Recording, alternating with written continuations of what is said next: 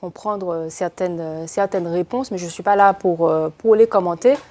Ou alors, ça voudrait dire qu'on n'a pas suffisamment de capacité de conviction pour que le maire puisse réorienter ses choix éventuels en suivant les bons conseils avisés. Aujourd'hui, vous êtes réorienté.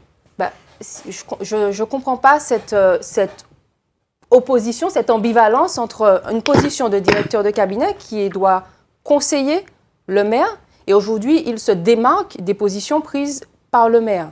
Donc, il n'a peut-être pas su le convaincre des choix opportuns qu'il fallait faire. Le premier adjoint, idem.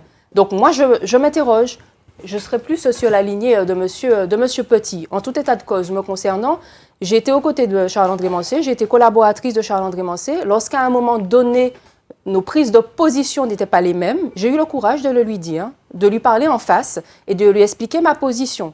Ça m'a coûté ce que ça m'a coûté, mais j'ai eu le courage et l'honnêteté de le faire et de le lui dire en face. Et je pense d'ailleurs que c'est peut-être aussi cette démarche qu'il a respectée qui fait qu'aujourd'hui, il semble vouloir soutenir la jeunesse. En tout cas, nous, à Ducos s'engage, avec mon équipe, nous souhaitons prendre des engagements avec la population, lui parler un langage clair, parce que la population a besoin d'être rassurée, elle a besoin d'être associée, et nous comptons, comme nous allons le faire avec le personnel, remobiliser aussi la population, l'inscrire dans une démarche aussi de démocratie participative, parce que dans les rencontres que nous avons avec la population, récemment, j'ai organisé une réunion aussi thématique pour rencontrer un peu certaines associations dans certains domaines, et notamment les parents d'élèves, par exemple.